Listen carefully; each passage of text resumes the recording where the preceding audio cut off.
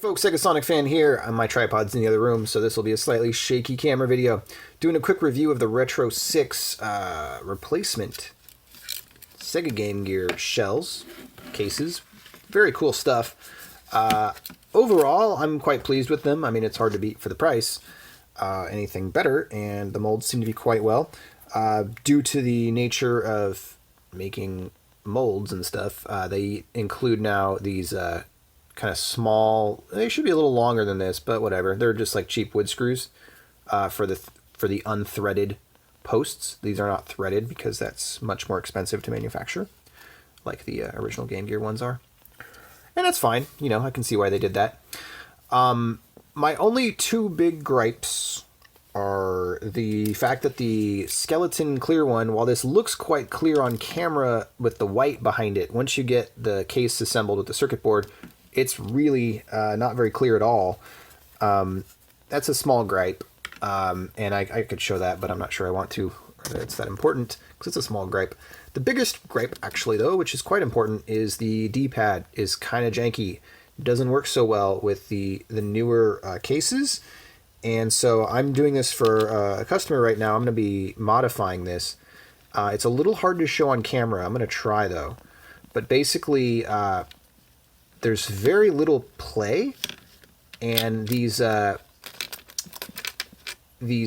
right angle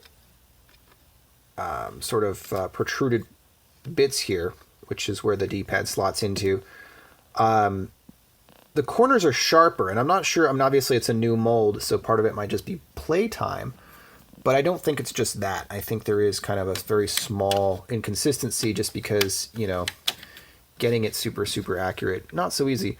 But you see, this is an original Game Gear, and if I can show this adequately, I'm gonna try anyway.